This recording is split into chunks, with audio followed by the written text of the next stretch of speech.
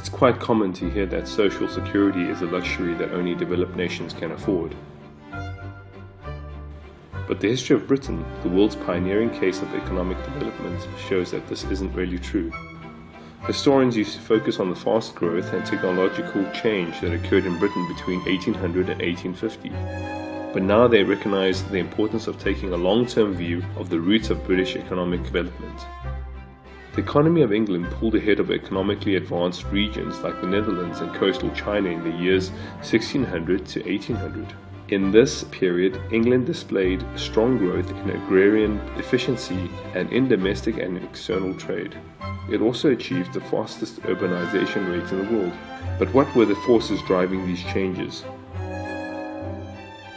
Some have highlighted the emergence of property rights and a modern state, but we must also acknowledge the pro-growth effects of England's unique social security system. In 1598 and 1601, the Elizabethan government, fearing social unrest, passed statutes for the relief of the poor, leading to the creation of a poor relief system that was operating across England by the 1660s. Under the system, which is known as the Old Poor Law, the English parishes were mandated to create parish funds that were financed by progressive taxation on land values. Each and every subject was given the legal right to relief at all times, not only during famines and other economic disasters. There were also procedures that allowed migrants from other parishes to gain access to local poor relief.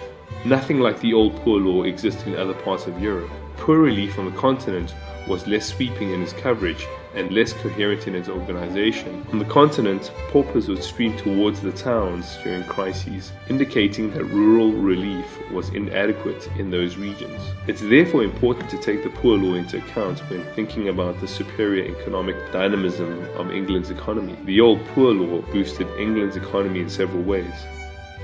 The existence of poor relief boosted labor mobility. Poor relief helped workers to adapt to the idea of relying on income from wages. Working for wages was known to be risky because demand for labor was subject to seasonal and cyclical fluctuations. Workers therefore preferred to own land or be a tenant of a landowner in order to achieve economic security. The Old Poor Law severed the psychological attachment to land holdings, since workers now knew that they could receive poor relief regardless of where they traveled to in the country. Poor relief also allowed younger workers who had old or infirm family members to travel further from home in search of work. Unlike workers who were tied to the land, wage laborers were free to seek out large variety of non-agricultural employment in rural areas. The Old Poor Law also paved the way for the enclosure and consolidation of small landholdings, which boosted agricultural productivity.